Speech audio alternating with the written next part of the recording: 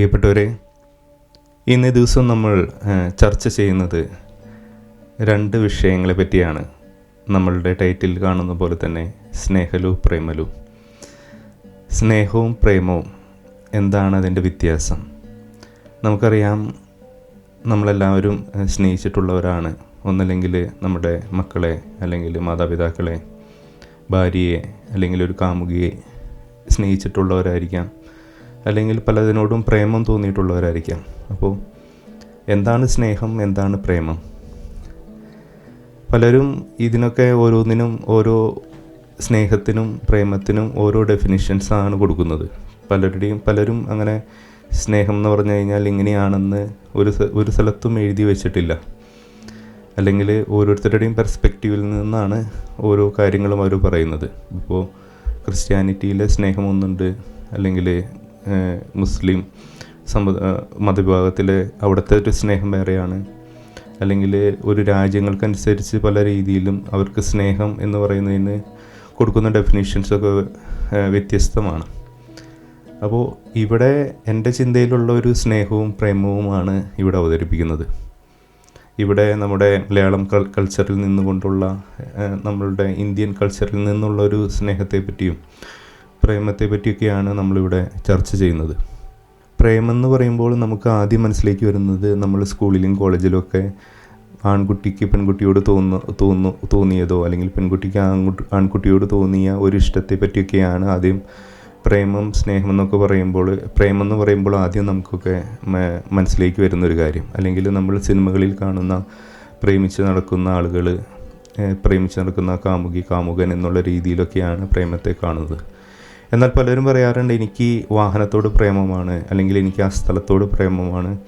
അങ്ങനെയൊക്കെ ഈ പ്രേമം എന്നുള്ള വാക്കിനെ പല രീതിയിലും ഉപയോഗിക്കാറുണ്ട്. പക്ഷേ നമ്മളൊരിക്കലും നമ്മളുടെ അച്ഛനോട് പ്രേമമാണെന്നോ അമ്മയോട് പ്രേമമാണെന്നോ പറയാറില്ല, അല്ലേ? അപ്പോൾ അവിടെ നമ്മൾ വേർതിരിക്കാറുണ്ട് പലതിനെയും. അപ്പോൾ നമുക്ക് യഥാർത്ഥത്തിൽ നമുക്കറിയില്ല എന്താണ് പ്രേമമെന്ന്. പക്ഷേ നമ്മൾ സ്നേഹമെന്ന് തെറ്റിദ്ധരിച്ച് പല സ്ഥലത്തും പ്രേമവും ഉപയോഗിക്കാറുണ്ട്.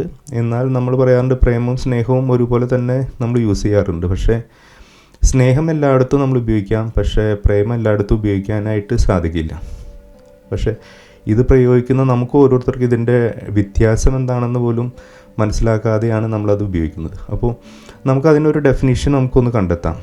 പ്രേമം എന്ന് പറയുമ്പോൾ നമുക്കറിയാം, പെട്ടെന്നൊരു പെൺകുട്ടിയെ അല്ലെങ്കിൽ ഒരു ആൺകുട്ടിയെ നമ്മളൊരു സ്കൂളിലോ കോളേജിലോ വെച്ച് കാണുമ്പോൾ നമ്മുടെ മനസ്സിൽ ആ പെൺകുട്ടിക്ക് ആദ്യം തോന്നുന്ന ഒരു വികാരം, ആ പെൺകുട്ടിയോട് ഇഷ്ടം തോന്നുന്നു. അതായത് എൻ്റെ സങ്കല്പത്തിൽ, അല്ലെങ്കിൽ എൻ്റെ മനസ്സിനിണങ്ങി, അല്ലെങ്കിൽ എനിക്ക് ഭംഗിയെന്ന് തോന്നുന്ന ഒരു യുവാവിനെ അല്ലെങ്കിൽ യുവതിയെ ഞാൻ കണ്ടെത്തുന്നു എന്നുള്ള സിറ്റുവേഷൻ വരുമ്പോഴാണ് പ്രേമം സ്റ്റാർട്ട് ചെയ്യുന്നത്.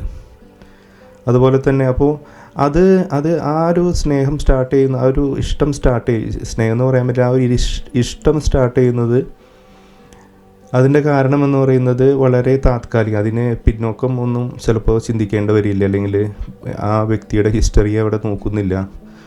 നമ്മൾ ആദ്യമായി കണ്ടത് മുതൽ ചിലപ്പോൾ നമുക്ക് ഇഷ്ടം തോന്നി തുടങ്ങാം. അപ്പോൾ അവിടെ കൂടുതലായിട്ടും പ്രവർത്തിക്കുന്നത് നമ്മുടെ ഹോർമോൺസാണ്, അല്ലേ? നമുക്കറിയാം,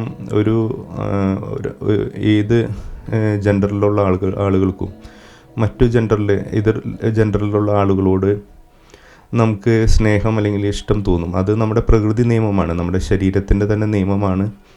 എതിർ ജെൻഡറിലുള്ള ഒരു വ്യക്തിയെ നമുക്ക് യോജിച്ച്, നമുക്ക് ഇഷ്ടപ്പെടുന്ന ഭാവനയിലുള്ള ഒരു വ്യക്തിയെ കണ്ടെത്തുമ്പോൾ നമുക്ക് പ്രേമം തോന്നുക എന്നുള്ളത് തികച്ചും നമ്മുടെ പ്രകൃതി നിയമമാണ്, അല്ലെങ്കിൽ ശരീരത്തിൻ്റെ പ്രത്യേകതയാണ്.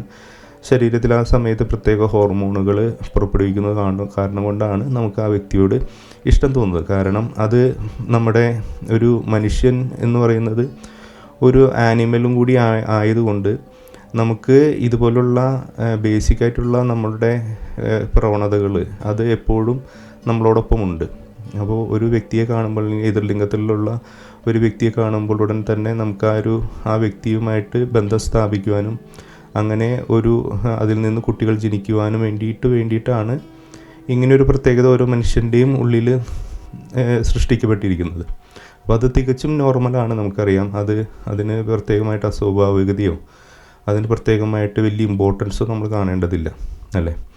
പക്ഷെ പലപ്പോഴും നമുക്ക് സംഭവിക്കുന്നത് ഇങ്ങനെയുള്ളൊരു സംഭവത്തെ എന്തൊരു നമുക്കറിയില്ല, പെട്ടെന്നായിരിക്കും ഒരു നോർമലായിട്ട് പോകുന്നൊരു വ്യക്തി പെട്ടെന്ന് ഇങ്ങനെയൊരു കാര്യം അവരുടെ ജീവിതത്തിലേക്ക് വരുമ്പോൾ അവരതിനെ വലിയ രീതിയിലായിരിക്കും എടുക്കുന്നത്. ഓരോ കുട്ടികളും ചിലപ്പോൾ അവർക്കിത് വ്യക്തമായിട്ട് അതിനെ മനസ്സിലാക്കാനോ അല്ലെങ്കിൽ അത് എന്താണെന്ന് മനസ്സിലാക്കാനോ അല്ലെങ്കിൽ അതിനെപ്പറ്റി പഠിക്കാനോ നമുക്ക് ആർക്കും ആ സമയത്ത് നമ്മുടെ മനസ്സ് തോന്നിക്കില്ല.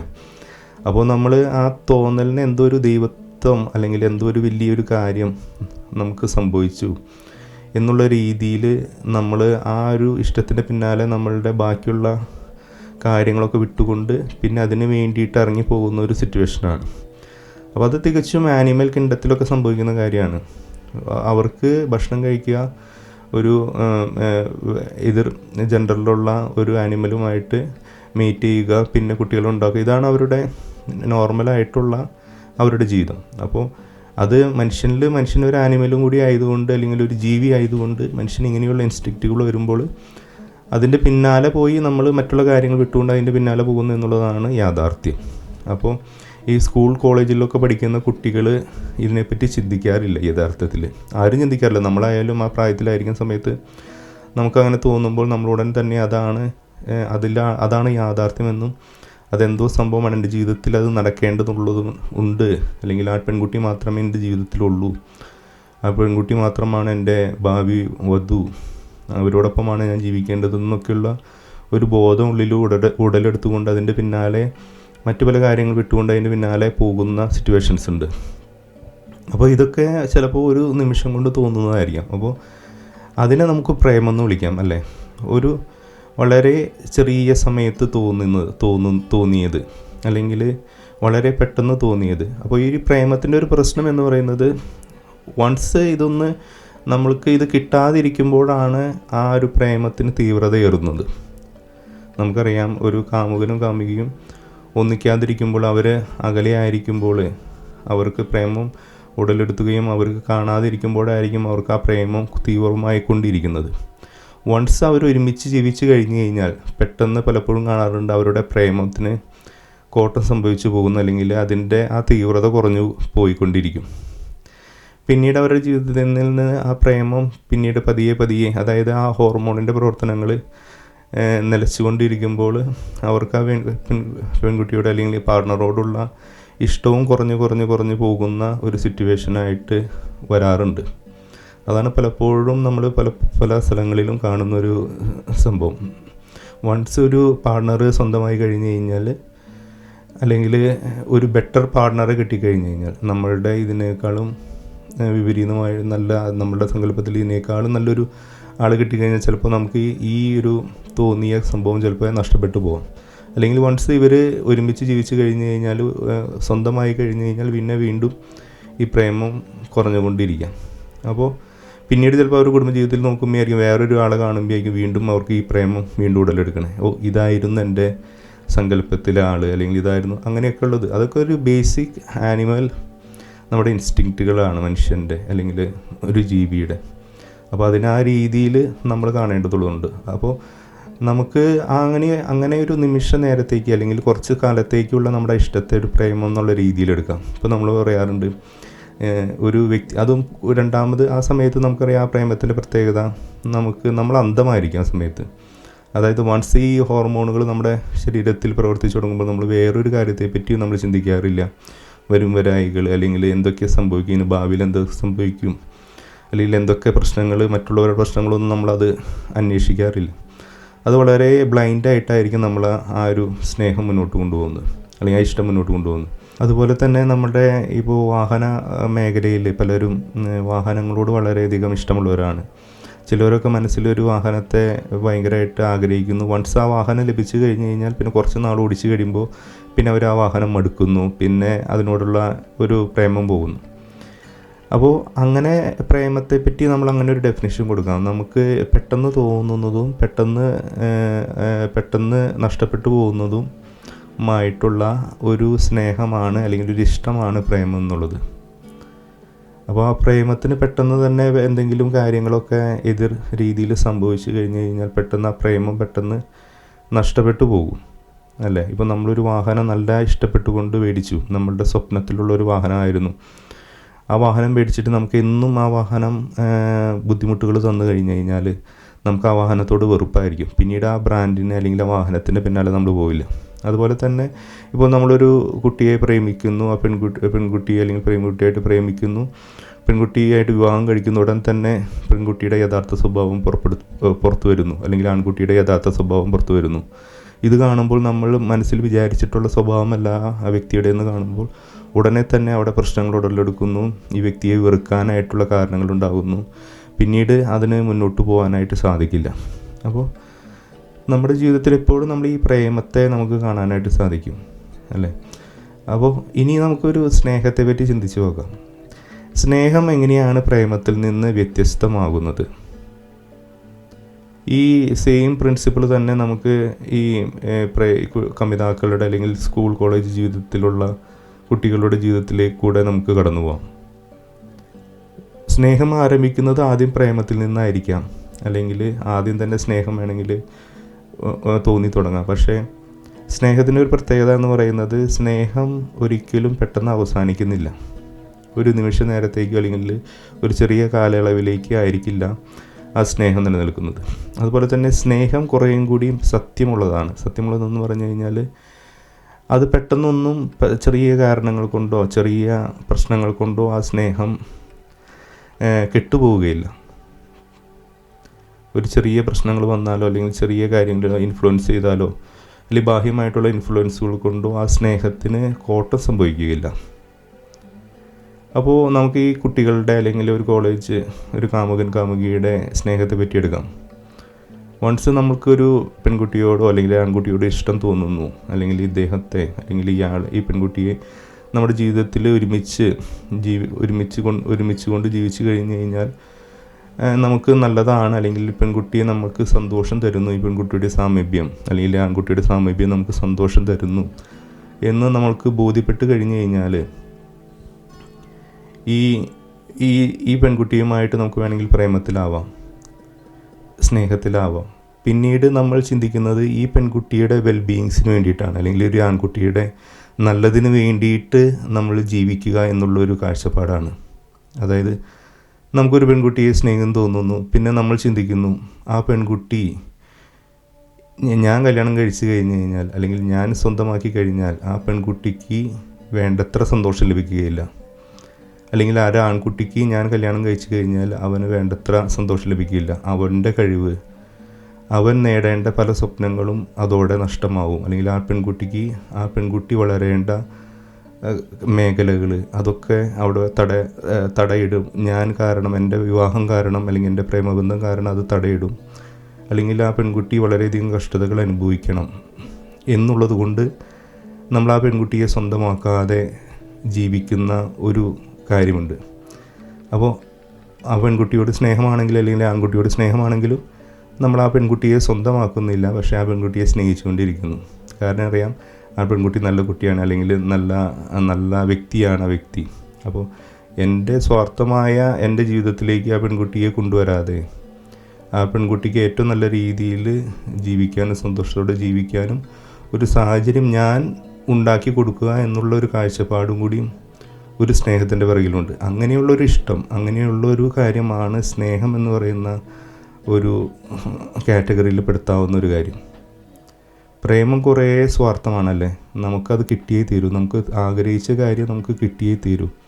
അവിടെ വേറെ ആളുടെ സന്തോഷത്തിനോ അല്ലെങ്കിൽ ആ വ്യക്തിയുടെ തന്നെ സന്തോഷങ്ങൾക്കൊന്നും പ്രാധാന്യമില്ല.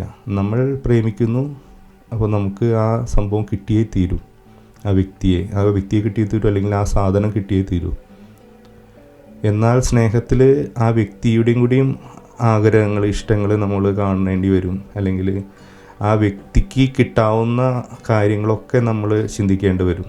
അപ്പോൾ പലപ്പോഴും നമ്മൾ പല കാര്യങ്ങൾ വിട്ടുകൊടുക്കേണ്ടി വരും. നമ്മളെ തന്നെ ചിലപ്പോൾ ഇങ്ങനെ ചിന്തിക്കാം. ഇപ്പോൾ ഒരു ഡോക്ടർ അല്ലെങ്കിൽ മെഡിസിൻ പഠിക്കുന്ന ഒരു കുട്ടിയുമായിട്ടൊരു ആൺകുട്ടി പ്രണയത്തിലാവുന്നു.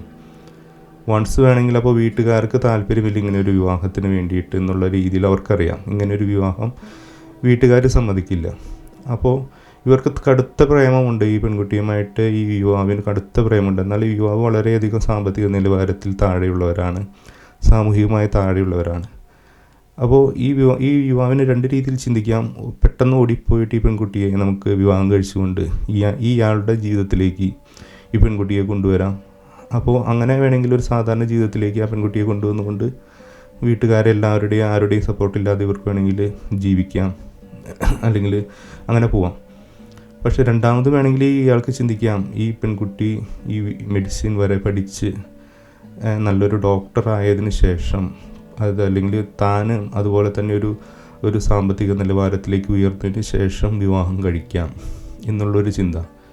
അപ്പോൾ അതിലൊക്കെ കുറേ കാര്യങ്ങൾ അടങ്ങുന്നുണ്ട്. നമുക്കറിയാം, ഒരു പ്രേമത്തിൽ കൂടെ നമുക്ക് വേണമെങ്കിൽ ഒരു വ്യക്തിയെ സ്വന്തമാക്കിയതിന് ശേഷം ഒരുമിച്ച് ജീവിച്ചു കഴിഞ്ഞാൽ എല്ലാം നേടിയെന്നാണ് നമ്മൾ പലപ്പോഴും കാണുന്നത്. പക്ഷേ നമ്മൾ ചിന്തിക്കുന്നില്ല, ഒരു നല്ല രീതിയിലൊരു കുടുംബത്തെ നമ്മൾ നശിപ്പിച്ചു കൊണ്ടിരിക്കുകയാണ്.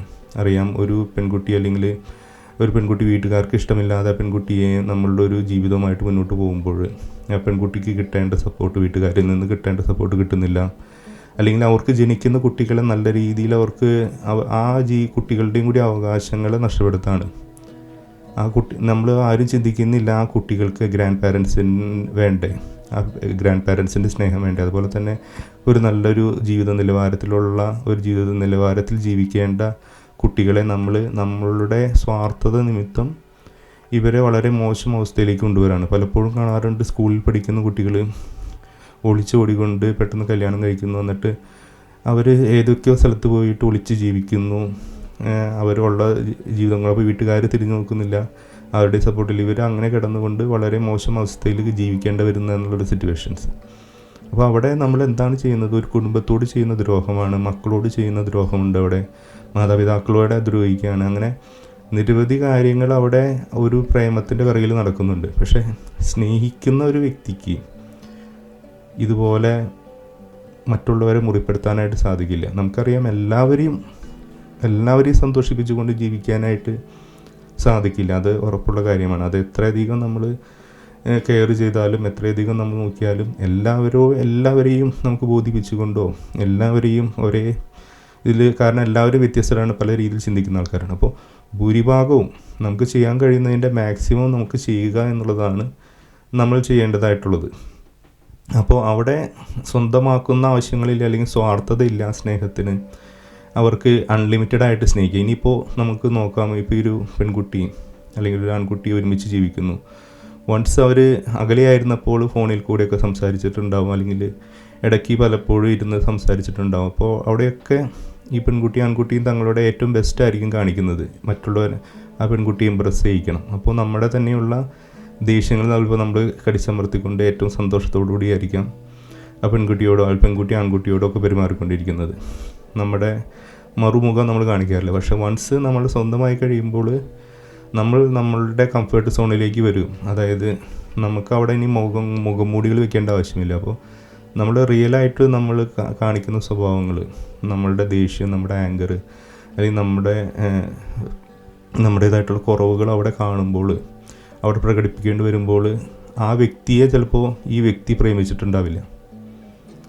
രണ്ട് രീതിയിലാണ്. ഒരാൾ പ്രേമിക്കുന്ന സമയത്ത് നമ്മൾ കാണുന്നത് ആ വ്യക്തി ഇപ്പോൾ ഒരു സിനിമാറ്റിക് ലെവലിലാണ് നമ്മൾ കാണുന്നത്. ഒരു പെൺകുട്ടിയെ കാണുമ്പോൾ തന്നെ പെൺകുട്ടീൻ്റെ ശാലീന സൗന്ദര്യം, ആ പെൺകുട്ടി നല്ല ചിരിച്ച് സംസാരിക്കുന്നു, അതൊക്കെയാണ് നമ്മൾ പ്രതീക്ഷിക്കുന്നത്. ആ പെൺകുട്ടി ഇങ്ങനെയായിരിക്കുന്നു. പക്ഷേ വൺസ് നമ്മൾ ലൈഫ് സ്റ്റാർട്ട് ചെയ്യുമ്പോഴായിരിക്കും ആ പെൺകുട്ടിയുടെ യഥാർത്ഥ സ്വഭാവം പുറത്തു വരുന്നത്.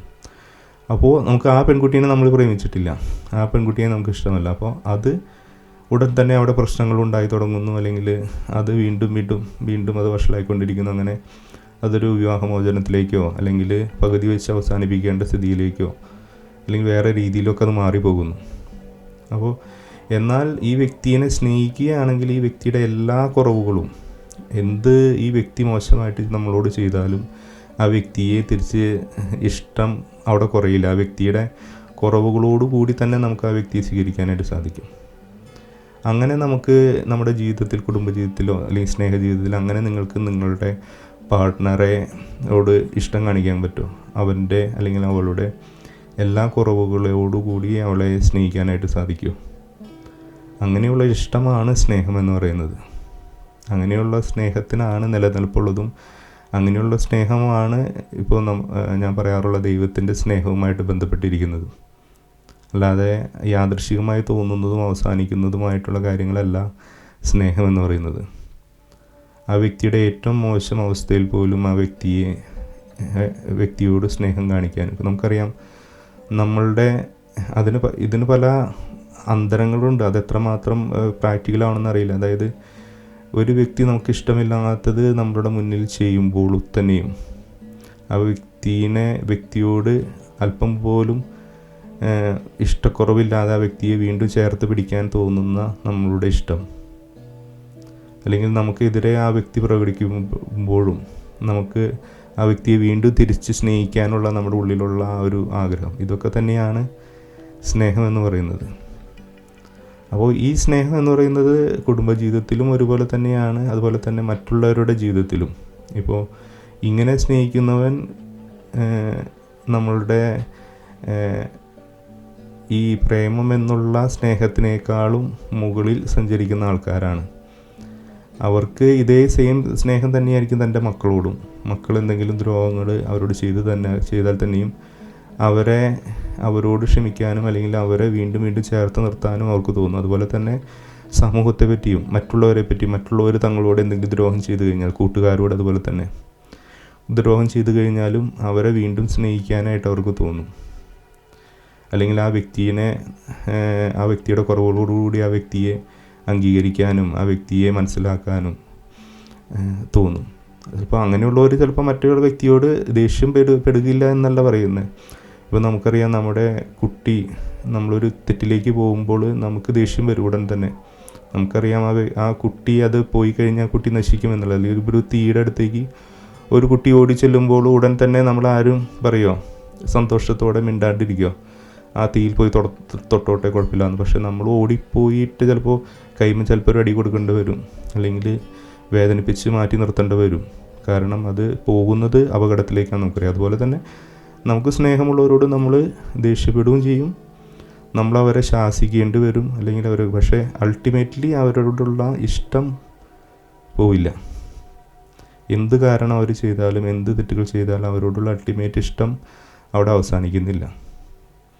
അവരുടെ നല്ലതിന് വേണ്ടി ചിലപ്പോൾ പിണങ്ങേണ്ടി വരും, അവരുമായിട്ട് കലഹിക്കേണ്ടി വരും, അവരായിട്ട് അടികൂടേണ്ടി വരും, ഒക്കെ ഉണ്ടാവും. പക്ഷേ അൾട്ടിമേറ്റായിട്ട് അവരെ ഇഷ്ടമായിരിക്കും ആ വ്യക്തിക്ക്.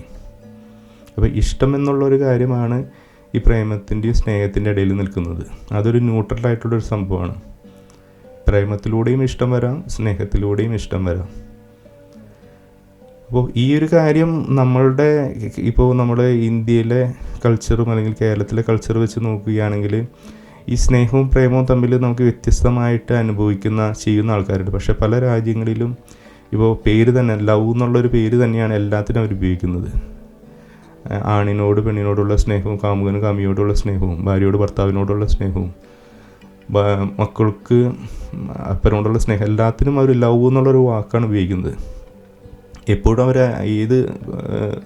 ഏത് സന്ദർഭങ്ങളിൽ ലവ് എന്നാണ് ഉപയോഗിക്കുന്നത്. അവർ പലപ്പോഴും ഇങ്ങനെ വേർതിരിച്ച് ഉപയോഗിക്കുന്നതായിട്ട് നമ്മൾ കണ്ടിട്ടില്ല പല സ്ഥലങ്ങളിലും. അവർക്കും ഈ പറഞ്ഞതോടുള്ള ഈ സ്നേഹവും ഇഷ്ടങ്ങളൊക്കെ വളരെ പരിമിതമാണ്. എന്നാൽ നമ്മുടെ കൾച്ചറിൽ ആണ് കൂടുതലും ഇങ്ങനെയുള്ളൊരു സ്നേഹം നമ്മൾ കാണാനായിട്ട് സാധിക്കുള്ളൂ. അതെന്ന് പറയുന്നത് ഒരുവിധം നമ്മളൊക്കെ കുറേ സ്പിരിച്വാലിറ്റിയിലും ആത്മീയതയിലൊക്കെ ജീവിക്കുന്നവരായതുകൊണ്ട് നമുക്ക് ആ ദൈവത്തിൻ്റെ സ്നേഹം നമ്മുടെ ജീവിതത്തിലൊക്കെ കുറേ പ്രയോഗിക്കുന്നുണ്ട് നമ്മളറിയാതെ തന്നെ. അപ്പോൾ ആ ഒരു സ്നേഹത്തിൻ്റെ ഒരു ഡെഫിനിഷനാണ് നമ്മളിവിടെ പറയാൻ ഉദ്ദേശിക്കുന്നത്. അതുപോലെ തന്നെ നമ്മൾ വാഹനത്തിൻ്റെ കേസ് പറഞ്ഞു. ഇപ്പോൾ നമ്മളിങ്ങനെ കളിയാക്കി പറയാറുണ്ട് ബുള്ളറ്റ് പ്രേമികൾ എന്ന് പറയുന്ന ഒരു കൂട്ടം ആൾക്കാരെ പറ്റി.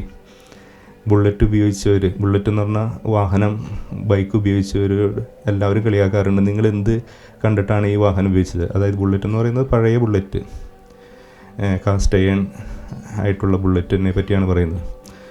അപ്പോൾ ആ ബുള്ളറ്റ് യൂസ് ചെയ്ത ആൾക്കാരെ പറ്റി പറയുന്നത് അവരെന്ത് കണ്ടിട്ടാണ് ഈ ബുള്ളറ്റ് കൊണ്ടു നടക്കുന്നത്? ആ ബുള്ളറ്റ് എപ്പോഴും പണിമുടക്കും, എപ്പോഴും മെയിൻ്റനൻസ് ആവശ്യമാണ്, ഫ്യൂവൽ എഫിഷ്യൻസി ഇല്ല, ഹാൻഡിലിംഗ് ഇല്ല, സ്പീഡില്ല, ബ്രേക്കില്ല. ഇത്രയധികം പ്രശ്നങ്ങളുണ്ടായിട്ടും ചിലർ ആ ബുള്ളറ്റിനെ വിടാതെ ജീവിതത്തിൽ ഇപ്പോഴും മാറ്റാതെ, അല്ലെങ്കിൽ ഏത് വാഹനമുണ്ടായാലും ഒരു ബുള്ളറ്റ് കയ്യിൽ കരുതി വയ്ക്കുന്നവരുണ്ട്. കാരണം ആ മെഷീനോടുള്ളൊരു സ്നേഹം, ആ മെഷീനോടുള്ള ഒരു അടുപ്പം, ഒരു ആത്മബന്ധം തന്നെയാണ് അവരെ ആ ബുള്ളറ്റുമായിട്ട് നിൽക്കുന്നത്. അപ്പോൾ അതിനെന്ത് മെയിൻ്റനൻസ് വന്നാലും അവരത് ചെയ്യും. ചിലപ്പോൾ വാഹനം മേടിച്ച പൈസയുടെ ഇരട്ടി ചിലപ്പോൾ ആ വാഹനത്തിന് വേണ്ടി ചിലവഴിക്കേണ്ടി വരും. എന്നിരുന്നാൽ തന്നെയും അവർ ആ വാഹനം തൻ്റെ ജീവിതാവസാനം വരെ കൊണ്ടു നടക്കും. അപ്പോൾ അതും ഒരു സ്നേഹത്തിൻ്റെ ഒരു ഇതാണ്. അത് ഹൃദയത്തിൽ നിന്ന്, അവിടെ നമ്മുടെ ലോജിക്കുകളൊന്നും ചിന്തിക്കില്ല, ലോജിക്കുകളോ അല്ലെങ്കിൽ വേറെ കാര്യങ്ങളൊന്നും ചിന്തിക്കുന്നില്ല. ആ വാഹനമായിട്ടുള്ള ഹൃദയപരമായിട്ടുള്ള അടുപ്പമാണ് നമുക്ക് ആ വാഹനത്തെ കൂടെ നിർത്താനായിട്ട് തോന്നിക്കുന്നത്. അപ്പോൾ ഈ ഒരു ഡിഫറൻസ് നമ്മളൊന്ന് ബോധ്യപ്പെടുത്താൻ നിങ്ങളെല്ലാവരെയും, സ്നേഹവും പ്രേമവും എന്താണ്, നമ്മൾ ഒരു വ്യക്തിയെ സ്നേഹിക്കുകയാണോ പ്രേമിക്കുകയാണോ എന്നുള്ളത്.